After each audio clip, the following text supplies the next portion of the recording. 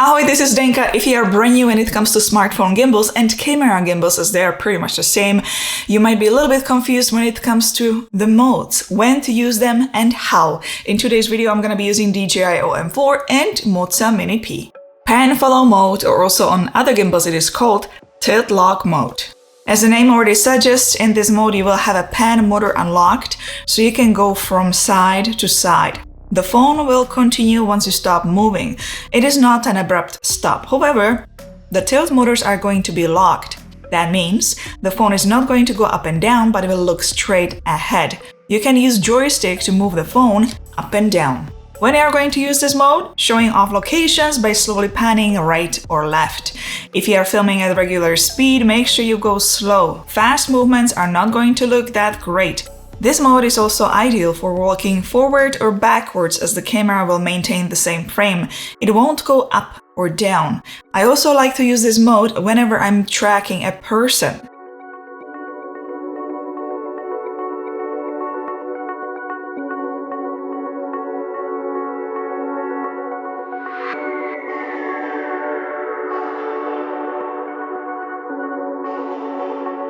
Or whenever I'm circling around.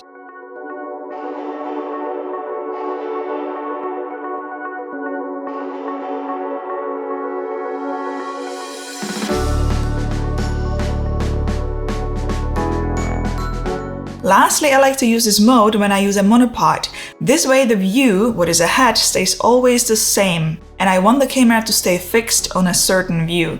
On some gimbals, you can change the speed of gimbal motors in the settings. You can make them to move fast or slow depending on what you want to achieve in a shot. If you want very fast moves, you can switch it to sports mode like on DJI OM4. Follow mode.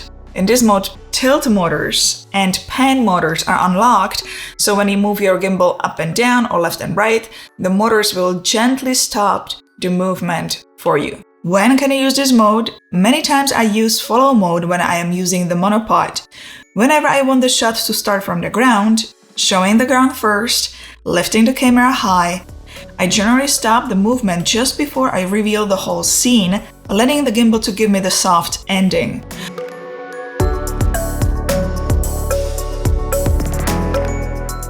Whenever I'm doing detailed shots of person's hands, for example, or movements of the arms, just following close-up shots. Going from object to object on the wall, overhead shots with monopod,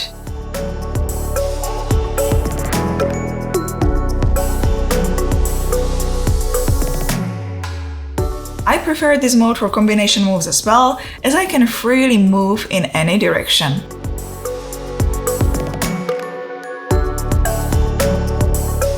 Let's look at the lock mode. When you press the trigger in the back, you will be able to lock all motors. It makes the camera to stay in the same position. It won't go up or down or to the sides. Find a nice view, lock it, and simply walk around an obstacle to the side to reveal the same shot again. You can do the same thing going up or down.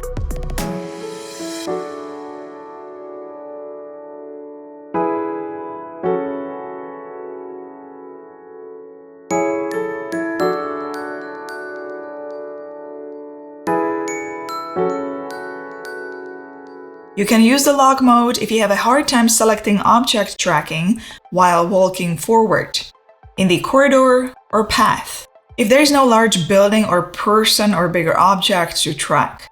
This way, lock the view and just keep walking forward. Or you can use it in other creative shots, like going with a person side by side and then separate ways, still seeing the person as you are walking in another direction. I like to use this if I want to raise my hand from very low to very high while I'm moving a bit left or right to make sure the frame stays the same. FPV is fun creative mode. All motors are unlocked, including roll motor. Think of it as an airplane, the view of a pilot. I like to use it when I'm going through a city, for example, showing off tall buildings, ground shots, going through tight place or structure, or showing off ceiling of an interesting building. Walking with a person and then fly away in the sky. Spin shop, or on some gimbals, the Inception mode. Depending on your gimbal, you might be able to have your phone or camera spinning all the way or partially. DJI OM4 I have here does allow only partial spin. This Moza Mini P allows 360 degrees continuous spin. How can we use it? You can use it in the classic tree crown shot, the classic looking up. I used it also in the Mustang video as a transition filmed with Moza Mini P. With DJI OM4, I used the partial spin shot for the transition. You can use it in many other shots, such as wide pipe or corridor. Hit the thumbs up if you found it useful and subscribe to more smartphone filmmaking tips. Leave a comment if you want to as well, and I'll see you in the next video. Ciao! Ahoj!